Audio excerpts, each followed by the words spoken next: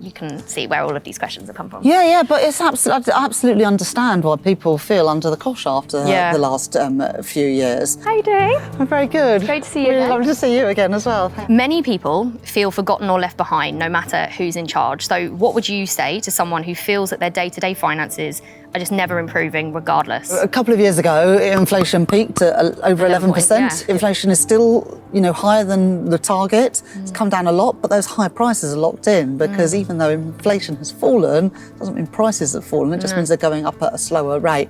Now, over the last year, average wages have been increasing by more than prices. That is very welcome. But I recognise after all of those hikes in prices, food, energy particularly, that still puts a lot of pressure on family finances. And that's why, last year I got rid of the non-dom tax status to make sure that it was the wealthiest that were paying more in taxes. It's why I didn't increase the key taxes that working people pay. It's why we put increased taxes on private schools and private jets, because I thought that was a fairer thing to do than perhaps the approach of the last few years, when it's always working people who pay the price for economic policy mistakes. And that's what I've tried to do as Chancellor, try and think about the people that I represent in Leeds, West and Pudsey, where I'm an MP, or the people I grew up with and my family who, although they weren't poor, certainly had to watch their money and be careful with their money.